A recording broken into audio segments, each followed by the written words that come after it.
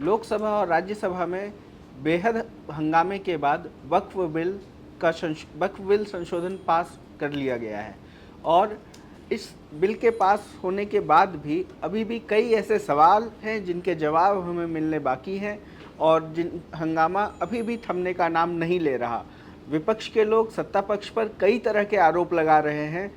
हम ये जानने के लिए कि इन आरोपों में कितनी सच्चाई है और कितना दम है, बात करेंगे हमारे साथी उपेंद्र से। नमस्ते। नमस्कार गुंजेश भाई, इसमें थोड़ा करेक्शन कर दें। राज्यसभा में बिल अभी पेश होना है, पास नहीं हुआ है, लोकसभा में पास हो गया है ना। और लोकसभा में किस तरह से पास हुआ, रात के 2 बजे दरवाजे बंद किए गए लोकसभा में और सांसदों को वोटिंग किया गया, खैर वो अलग बात है। आखिरकार मुझे उम्मीद है कि वक्फ बिल के संशोधन जो अमेंडमेंट 2025 हुआ है उससे गरीब मुसलमानों का कल्याण होगा। ये तो वक्त बताएगा कि कब पिछले 70 साल से अगर गरीब मुसलमानों का कल्याण नहीं हुआ है, जिसमें खुद 15-10 साल बीजेपी या 5 साल बीजेपी के दूसरे प्रधानमंत्री रहे अटल बिहारी वाजपेयी, यानी 15 साल सत्ता में राज की, तब मुसलमानों का कल्याण तो नहीं हुआ। अब देखते हैं मोदी प्रधानमंत्री कितना कल्याण करते हैं मुसलमानों को। लेकिन मुझे सवाल इस बात का है कि जिस तर्क के साथ बीजेपी इस बिल को लेके आ रही है कि हम मुसलमानों को कल्याण करने के लिए लेके आ रहे हैं, इसमें भागीदारी लाने की बात कर रहे हैं, इसमें पासमानदा मुस्लिम जो अभी तक जो एक मुस्लिम समाज था सुन्नी बोर्ड, उसमें पासमानदा गरीब जो हम जैसे हम लोग हैं, हिंदू में ओबीसी हैं, एसटी हैं, एससी, वैसे ही मुसलमानों में एक निचले तबके का एक कास्ट है। बिल्कुल। लेकिन मेरा सवाल है कि क्या सिर्फ गरीब मुसलमानों की बात की जाएगी देश में? क्या राजनीति के मुख्य बिंदु, केंद्र बिंदु में क्या मुसलमान होंगे? क्या वो दलित नहीं होंगे? क्या दलित गरीब नहीं हैं? क्या ओबीसी गरीब नहीं है? उन पे कब बात होगी? उन पे कब बिल लाए जाएंगे? सवाल ये है कि जब आप ये कहते हैं संसद में कि 8 लाख संपत्तियां, 8,72,000 संपत्तियां वक्फ बोर्ड की है, अगर आप किसी संपत्ति को गिनाते हैं तो आपकी मानसा जाहिर होती है कि आप किस लिए गिना रहे हैं। तो क्या लगता है आपको, क्या इस बिल को लाने के पीछे सरकार की मंशा सही नहीं है? क्या विपक्ष के आरोप सही हैं? नहीं, मुझे विपक्ष जो आरोप लगा रहा है, विपक्ष का अपना आरोप है और सत्ता पक्ष का अपना तर्क है।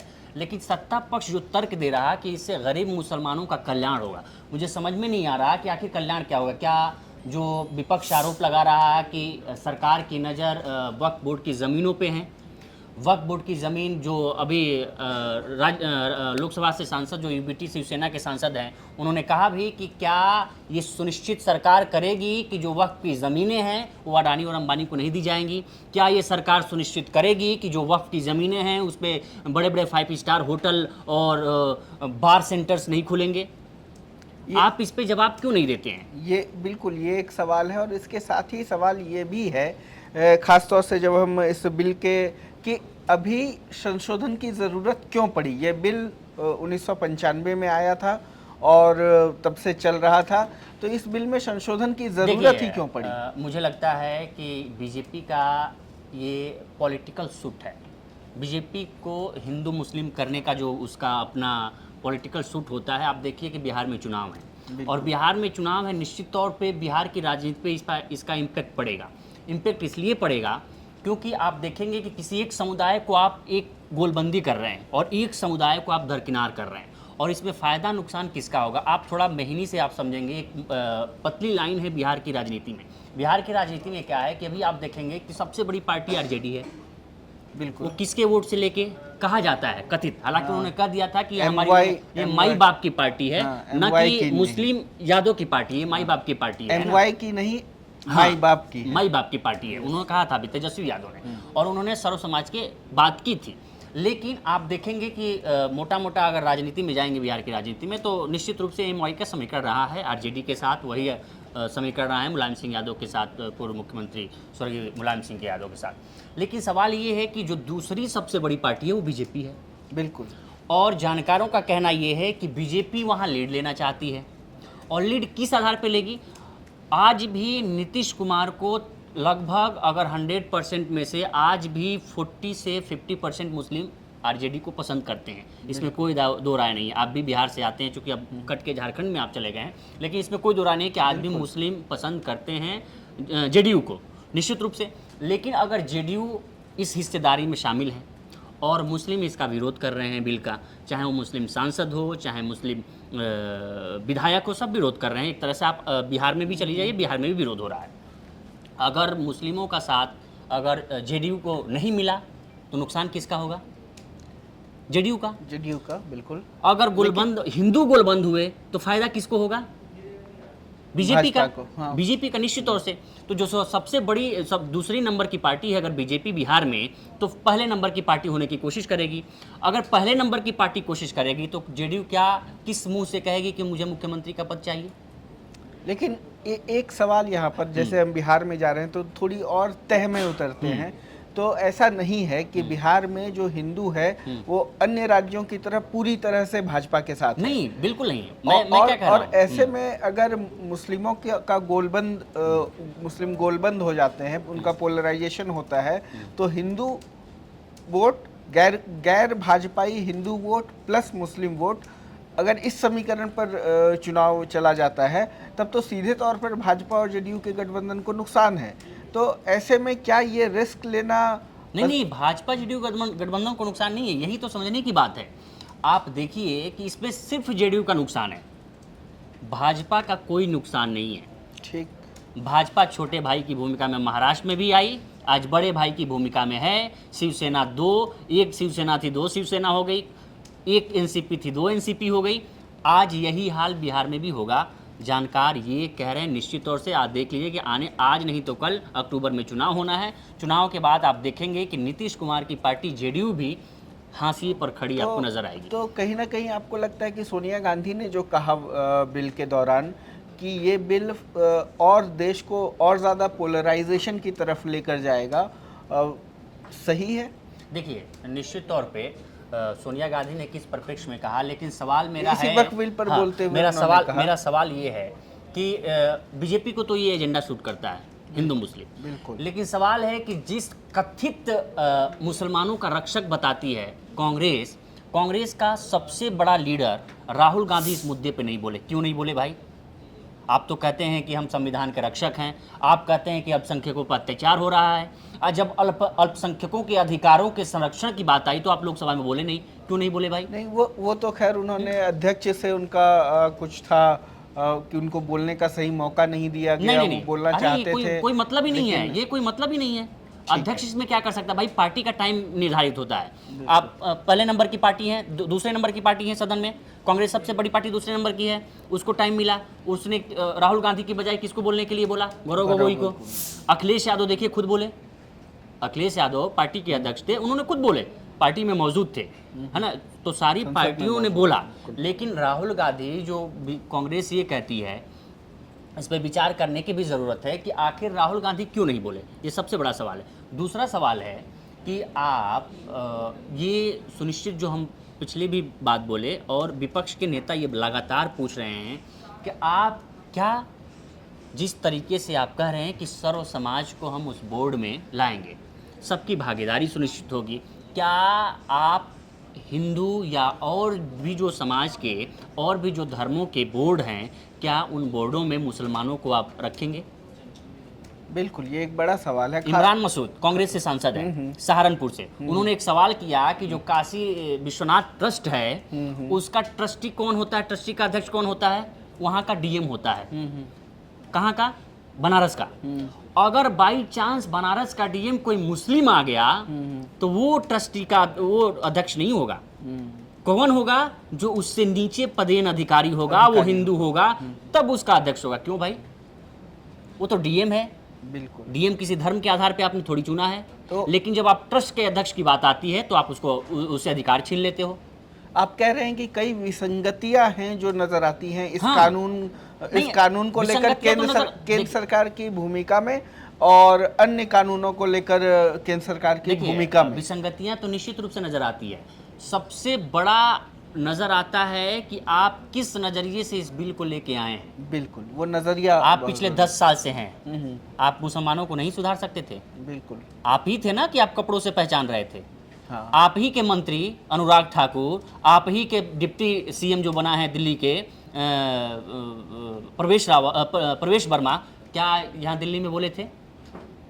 मारो मारो काटो काटो। वो दोहराया भी नहीं जा आज सकता। कपिल जो मिश्रा, उन्होंने कहा, कपिल वो मिश्रा, हाँ, शर्मनाक बयान नहीं सुन दोहराया कपिल नहीं जा मिश्रा, सकता। कपिल मिश्रा के कानून मंत्री हैं दिल्ली के, अल्टीमेटली हाई कोर्ट को निर्देश देना पड़ा है कि इसके खिलाफ एफआईआर करो बिल्कुल। दिल्ली दंगों के लिए। तो आप क्या संदेश दे रहे हैं? आप दिख नहीं रहा। पुलिस दूसरी तरफ- अधिकारियों के खिलाफ कोर्ट को आगे हाँ, आकर कहना पड़ा कि इन पर इनके खिलाफ हाँ, कार्रवाई कीजिए, इनके खिलाफ जांच होनी चाहिए। बिल्कुल। तो आपके मंशा पे सवाल है। सवाल इस बात का नहीं है कि आप बिल लेके आए हैं, आप लेके आइए बिल, निश्चित तौर से अच्छा है। सब चाहते हैं कि हर गरीब का कल्याण हो, लेकिन क्या सिर्फ मुसलमानों का, क्या सिर्फ गरीब मुसलमानों का कल्याण करेंगे आप? दलितों का कल्याण नहीं करेंगे, जिसके आज भी मंदिरों में जाने से रोक है। आज भी अखिलेश यादव अगर किसी मंदिर में घुसते हैं तो आप गंगा जल से धुलवाते हैं। वो तो छोड़ो, कालिदास मार्ग लखनऊ, योगी आदित्यनाथ मुख्यमंत्री 2017 में बने थे। जब अखिलेश यादव अपने भवन से निकले तो वहाँ योगी आदित्यनाथ ने पूजा पाठ करवाया और क्या करवाया कि गंगा जल से धुलवाया गया। इससे बड़ा अपमान क्या हो सकता है? सही। तो आपको तो राजनीति सूट कर रही है ना, आपका तो दिख रहा है कि आप राजनीति सूट कर रहे हो। तो आप क्या भविष्य देख रहे हैं इस बिल के साथ आगे देखिए, आने वाले दिनों में? भविष्य यही है कि देखते हैं, सरकार अगर कह रही है, अगर सरकार की मंशा सही है कि हाँ इससे मुसलमानों का कल्याण होगा तो अच्छी बात है, लेकिन सरकार को ये सुनिश्चित करना होगा कि जो वक्फ की ज़मीनें हैं उस वक्फ की ज़मीनें किसी को अलॉट नहीं की जाएंगी। एक पंजाब से कांग्रेस सांसद हैं, उन्होंने सवाल किया कि इन सरदारों ने ज़मीनें दी किनको? उन मुसलमानों को, ताकि वो अपना कब्रिस्तान बना सकें। बिल्कुल। आप ये तय नहीं करेंगे कि हम किस धर्म की प्रैक्टिस कर रहे हैं। आप कौन होते हैं तय करने वाले? इमरान मसूद ने यही बात उठाई। इमरान मसूद ने ये कहा कि आप कैसे तय करेंगे? बहुत सारे मुसलमान हैं कि 5 वक्त की नमाज नहीं पढ़ते हैं, बहुत सारे मुसलमान हैं कि टोपी नहीं पहनते हैं। आप कैसे तय करेंगे कि इस्लाम की प्रैक्टिस करता है कि नहीं करता है? बिल्कुल। आप होते कौन है प्रैक्टिस करने वाले किसी व्यक्ति के हस्तक्षेप में, धर्म के हस्तक्षेप में? खैर ना? अभी जो जनता हमें देख रही है, हाँ, वो बिल्कुल। कहीं ये ना कहे कि ये तो सब कुछ निगेटिव ही नहीं, बोल रहे हैं। निगेटिव नहीं, सवाल मेरा सवाल ये है कि क्या कुछ भी पॉजिटिव दिखता है आपको इसमें? देखिए, निश्चित तौर से पॉजिटिविटी है। अगर सरकार की मंशा अगर ये सही है कि हाँ इससे गरीब मुसलमानों का कल्याण होगा, चूँकि है आज भी लूप होल्स बहुत थे। चूँकि था कि दरअसल आप देखेंगे कि किसी भी कोई भी देखिए, इसमें ना हर समाज की गलतियाँ हैं। इसमें मुस्लिम समाज की गलती ये है कि आप देखेंगे कि उसमें भी कुछ बड़बोले हैं मुस्लिम समाज में भी। वो कहेंगे कि जो ये कुंभ हो रहा है ना प्रयागराज में, वो वक्फ की ज़मीन पे हो रहा है। कोई उसी में कह देगा कि नहीं, ये जो संसद भवन बना है वो भी वक्फ की ज़मीन पे बना है। तो ये तो पॉलिटिकली जो पार्टी जिस चीज़ की राजनीति कर रही है, आप तो उसको उकसावा दे रहे हैं, इस तर्क और से लालू प्रसाद यादव का 2010 का आप भाषण सुने होंगे संसद भवन में ही, उन्होंने कहा था कि वक्फ को लेके एक अच्छा कड़ा कानून, जिसको आज कोट कर रहे हैं आप देखिए, जिस लालू प्रसाद यादव के खिलाफ बीजेपी उनको छोड़ती नहीं है कि जंगल राज, जब उनका मुद्दा आता है अपने फेवर में तो लालू यादव को कोट करते हैं संसद भवन में भरे, चाहे वो गृह मंत्री अमित शाह हो या जयशंकर प्रसाद हो। भाई हमने तो सत्ता पक्ष हाँ, के लोगों को दुष्यंत कुमार को भी कोट करते हुए हाँ, देखा है ना? तो खैर, लेकिन एक सवाल इसी से उभरता है कि क्या, जैसा कि आमतौर पर सभी धार्मिक सुधारों के बारे में कहा जाता है कि वो धर्म के प्रतिनिधियों के अंदर से वो खुद आनी चाहिए थी, तो क्या ये सुधार थोपे जा रहे हैं या ये अंदर से कहीं आ रहा है? नहीं, ये तो ये हमारी पर्सनल राय है। आप देखेंगे सिर्फ हमारी राय नहीं है, बहुत सारे जो पॉलिटिकल जाइंट्स हैं, जो राजनीतिक विशेषज्ञ हैं, वो तो साफ यही कह रहे हैं कि भाई आप थोप रहे हो। बिल्कुल। आपने गौरव गोगोई ने क्या बोला जेपीसी की मीटिंग में, यूबीटी के जो सांसद थे उन्होंने क्या कहा कि जेपीसी की मीटिंग में आप उस स्टेक होल्डर को बुला रहे हो जिसका इससे कोई मतलब ही नहीं है। कोई मतलब ही नहीं है। आप किसके भविष्य का, हम ये बताइए कि आपके भविष्य का फैसला हो रहा है और आपसे पूछा ही ना जाए बिल्कुल कि भाई तुम करना क्या चाहते हो। जैसा कि किसानों के कानूनों के समय 3 कानून जो लाए गए थे, वापस लेने पड़े ना। तो किसान यही कह रहे थे कि हमें इसकी जरूरत ही नहीं है, लेने पड़े ना आपको, तो माफी मांगनी पड़ी देश से ना। बिल्कुल। तो ये है कि भाई आप जिस व्यक्ति के भविष्य का फैसला कर रहे हो, आप उससे तो पूछो सही बात कि वो क्या कह रहा है, आप किन को लेके आ रहे हो जो आपके समर्थन में है। सही बात। आप प्रोटेक्शन बिल जो आपने ये किया, डाटा प्रोटेक्शन बिल में आपने वही खेल किया हाँ। कि आप उस व्यक्ति को कभी अनुमति भारत में आने की नहीं दोगे जो आपकी विचारधारा से खिलाफ रखता है। अरे भारत तो विभिन्नता का देश माना जाता है ना, अलग दुनिया भर की संस्कृति है, विविधताओं दुनिया भर में का एकता कल्चर का है, देश दुनिया है। भर की भाषा है, दुनिया भर के लोग मानने वाले हैं, दुनिया भर के, भारत तो एक ऐसा देश है कि यहाँ से दुनिया भर में अलग अलग धर्मों की प्रैक्टिस दुनिया भर में पहुंची। बिल्कुल। आप उस व्यक्ति को आने ही नहीं दोगे जो आपकी विचारधारा को फॉलो नहीं करता। आप कहोगे नहीं ये तो एंटी नेशनल है डेटा प्रोटेक्शन बिल में। आप अगर कोई पत्रकार अगर कोई खबर कर रहा है तो आप उससे कहोगे अच्छा तुम क्या घोटाला उजागर कर रहे हो, अच्छा कर लो घोटाला उजागर, हम तुमको अनुमति दे, कौन सरकार है कौन व्यक्ति जो अनुमति देगा? और बल्कि जो व्यक्ति घोटाला उजागर कर भी लेगा किसी तरह, उसके खिलाफ 500 सरकार करोड़ केस कर 250 करोड़, सकती है। हाँ, आप 250 सोचो 500 करोड़। आप क्या कर रहे हो। तो आपका ये देखो अब बहुत सारे कोर्ट्स हैं, बहुत सारे विचार हैं जिसमें कहा जाता है कि भाई अब वो नहीं कहेंगे, लेकिन ठीक है आप वक्फ बिल लेके आए हैं, अगर आपकी मंशा अच्छी है तो ये अच्छा होना चाहिए, लेकिन आपको ये बताना चाहिए निश्चित तौर पे जो सवाल मेन है। मैं आपसे पूछूं, और एक ऐसे सुधार जो निश्चित रूप से बहुत ज़रूरी है, क्योंकि धार्मिक संस्थाओं में धर्म से जुड़े बोर्डों में काफ़ी जड़ता है। हाँ। और काफ़ी भ्रष्टाचार भी है। हाँ। तो इनको नहीं भ्रष्टाचार है निश्चित तौर से, लेकिन सिर्फ आप एक टारगेट किसी इनको चेक एंड बैलेंस हाँ। करने के लिए बहुत ज़रूरी है कि बहुत अच्छे और कड़े सुधार लागू किए जाएं, लेकिन इसमें कम से कम जिस धर्म के लिए या जिन लोगों के लिए हम ये कर रहे हैं उसके बारे में इसमें बातचीत होनी चाहिए, उनसे बातचीत होनी चाहिए, भाई और जिसके फिर ये भविष्य का सुधार लागू फैसला किया हो जाए। रहा है उससे बारे में तो आप बात करेंगे ना, बिल्कुल कि नहीं करेंगे, उससे बात ही नहीं करेंगे आप। बिल्कुल। तो ये बड़ा सवाल है। और सवाल ये है कि मैं आपसे एक सवाल पूछना चाहता हूँ, और या चाहे जो भी व्यूअर हैं उनसे पूछना चाहता हूँ, या सरकार का कोई नुमाइंदा है उनसे पूछना चाहता हूँ कि आप लेके तो आ गए, आप कह रहे हो कि इससे गरीबों का, मुसलमानों का भला होगा, लेकिन मुझे अभी भी समझ नहीं आ रहा है कि आप कैसे भला करोगे। कैसे होगा? आप वहाँ कौन सी खेती उपज कर दोगे, कौन सा बड़ा बीज बो दोगे कि वो बड़ा वो अंडा देने वाली मुर्गी पैदा कर हमारे दोगे? यहाँ कई सोने साल की। पहले राइट टू फूड, हाँ। खाने का अधिकार हाँ। आ चुका हाँ। है, लेकिन क्या आज भी भुखमरी करोड़ों खत्म लोग- हुई? हाँ। आज भी 80 करोड़ हाँ। 80 लाख लोगों को हम मुफ्त अनाज दे रहे हैं। बिल्कुल। तो क्या ये भुखमरी खत्म हो गई? तो कानूनों से भुखमरी नहीं जाती, कानूनों से गरीबी दूर नहीं होती। बिल्कुल। गरीबी दूर होती है सही आर्थिक इच्छा नियोजन से शक्ति होना चाहिए और आपको, इच्छा शक्ति से, अच्छी और मंशा होनी चाहिए। संसाधनों के बराबर बंटवारे से। जिस मनमोहन सिंह के कोट को लगातार मिसकोट किया जाता हाँ, है, बिल्कुल, जो हाँ। उन्होंने 2009 में लाल बहुत। किले से कहा था कि संसाधनों पर पहला अधिकार वंचितों का है, हाँ, और शोषितों का है, वंचितों का है। वो मनमोहन सिंह को याद करने का समय है यह। और मुझे लगता है कि आने वाले समय में जरूर सरकारें इस पर ध्यान देंगी। गौरव गोगोई ने बड़ी एक अच्छी बात कही कि मेरा नेशनलिज्म क्या है, मेरा राष्ट्रवाद क्या है। वैसे ही जवाहरलाल नेहरू ने अपने एक भाषण में कहा था कि भारत माता है कौन। भारत माता एक भूखंड नहीं है जिसकी सीमा रेखा तय कर दी गई कि तुम म्यांमार को हम कब्जा कर लेंगे तो हम अखंड भारत बना लेंगे। वो भारत माता नहीं है। भारत माता वहाँ बसती हैं जहाँ एक गरीब भूखा मर रहा है देश में, वो भारत माता है। उसको भूखा ना मरे, उसके तक खाना पहुँचे, दाना पहुँचे, पानी पहुँचे, तब भारत माता का कल्याण होगा। भारत माता एक भूखंड से नहीं बनती है। तो ये चीज़ें हैं। इसी पॉइंट पर हम लोग अब हमारी इस चर्चा को देते हैं विराम। लोकमत हिंदी देखने के लिए दर्शकों का शुक्रिया, धन्यवाद।